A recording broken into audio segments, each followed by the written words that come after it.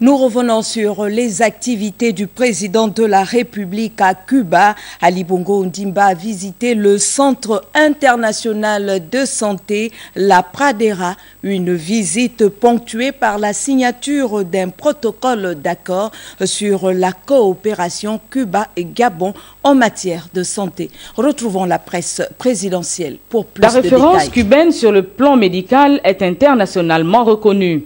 Une notoriété qui fait de ce pays un exemple à suivre.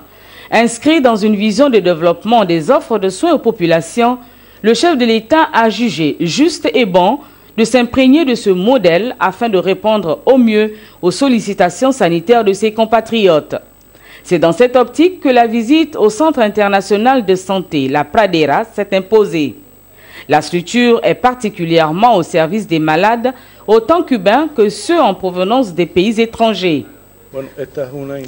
C'est une institution de santé conçue pour la prise en charge médicale des étrangers internationaux, qui fait partie du réseau des institutions de santé de La Havane, notamment avec les institutions du troisième niveau d'attention, d'assistance médicale, où il y a un élément très important, c'est-à-dire celui qui est en rapport avec la rééducation. Le Gabon s'est doté de structures hospitalières de renom et une assistance technique cubaine serait d'un apport considérable. En matière de santé, entre le Gabon et Cuba, les recherches, c'est-à-dire seront aussi un élément qui va enrichir l'échange entre les deux pays et à renforcer le système de santé en vue de répondre en fait les cadres de santé des deux pays. Tout partenariat devant tenir dans un cadre juridique, Cuba et le Gabon veulent établir le leur dans le domaine de la santé sur la base d'un protocole d'accord. Le Gabon attend de Cuba renforcer la brigade cubaine qui est actuellement de 33 médecins au Gabon.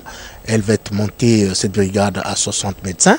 Avec, nous attendons 20-29 environ qui vont arriver avant fin septembre, qui seront déployés sur l'étendue du territoire. Cette brigade va monter juste pratiquement à 100 médecins parce qu'avec Cuba, dans le mémorandum, il est prévu, si vous voulez, la coopération partenariat public-privé pour que Cuba nous apporte sa technologie, son savoir-faire sur le plan médical reconnu mondialement, pour que Cuba nous apporte dans le cadre de la formation, avec la mise en place d'une école de formation de tous les métiers qui entourent la médecine, pour que Cuba nous apporte son expertise sur le plan du médicament.